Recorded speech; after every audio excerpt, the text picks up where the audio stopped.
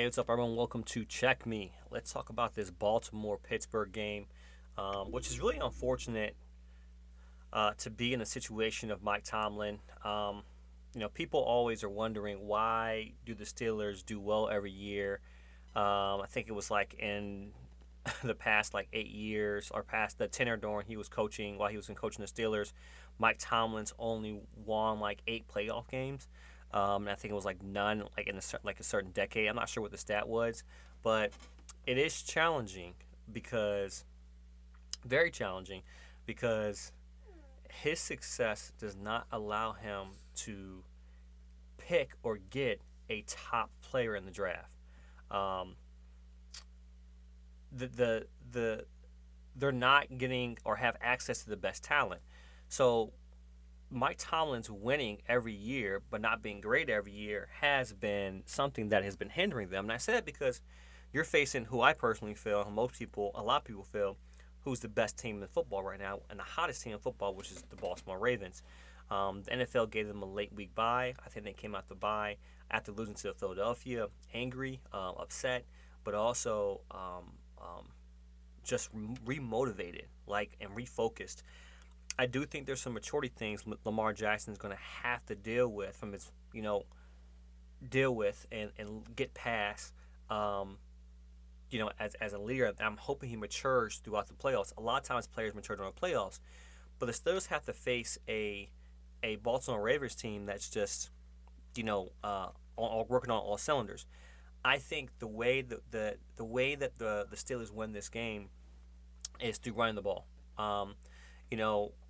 They'll have George Pickens back with the playoff game, but you have to run the ball if you're going to win. You have to run. You have to work Najee. You have to work what's his name? Warren. Who's the Pittsburgh Steelers backup quarterback?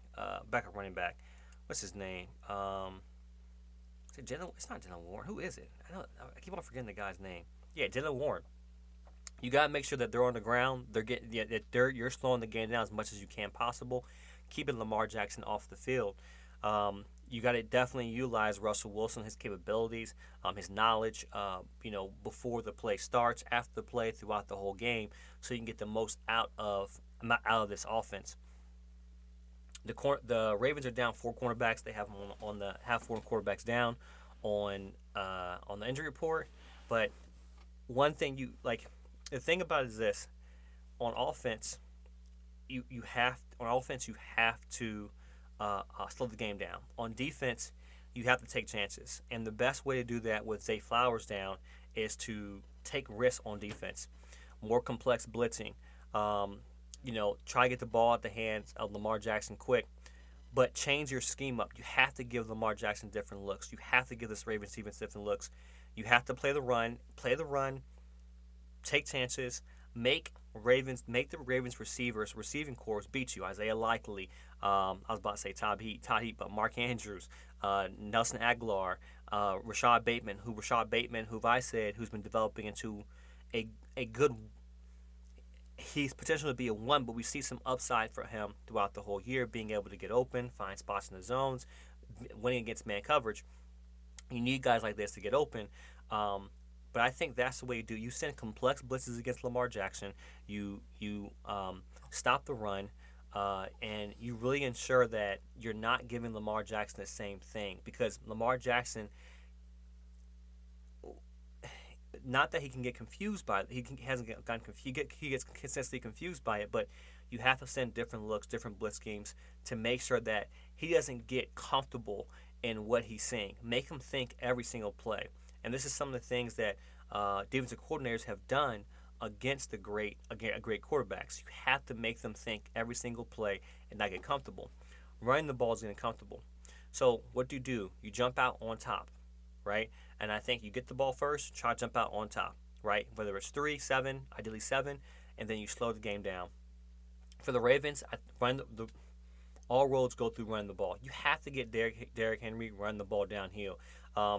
So lots of run scheme, lot different run scheme, trap, outside trap, zone, counter, power, inside zone, outside zone. You have to have a wide array of running schemes to help Derrick Henry get comfortable, get him touches early. This is going to be a chess match between this game. what I feel, and what I feel is not always right. I feel that's going to be Ravens going to blow them out, and then we're going to start looking at Mike Tomlin, right? Oh, Mike Tomlin. You don't get a right, don't get rid of Mike Tomlin. I think they have a good thing, but you do have to support Mike Tomlin with weapons. With Russell Wilson with weapons in the offseason. But this is essentially how the Pittsburgh Steelers beat the Ravens. Complex blitzes, complex different looks for Lamar Jackson, play the run, and then slow the game down on offense. Run the ball, run the ball, run the ball. For the Ravens, get Derrick Henry started early. Find the matchups that work well. This may be from your routing patterns, play action, etc. Play action really only. With the Ravens, play action always works because Derrick Henry and Lamar Jackson always want to break one. But on Lamar Jackson's side, he has to really decide, okay, when to be a runner and when to be a passer. And, he's done a great job of staying in the pocket, but make a commitment. Step up in the pocket and step up in the pocket. Not just, and we talk about stepping up in the pocket and moving in the pocket. Patrick Mahomes does it better than anybody else. He moves up in the pocket where there's protection, and they circle around him, and then it creates running lanes. This is what Lamar Jackson has to do, and then not only look to be a passer, but also look to be a runner, and this will confuse the defense as much as it can. But I think the Ravens win straightforward, just through sound football. They got to mitigate the mistakes, but it's going to be tough for Mike Tomlin because if they lose this game, they're going to be questioning, hey, you're one and done in the playoffs again. And this is the organization, I'm pretty sure, supports him. But now you're looking at the fan base once again getting upset about Mike Tomlin, and you're playing a Ravens team who's arguably the best team in football. So it's going to be tough.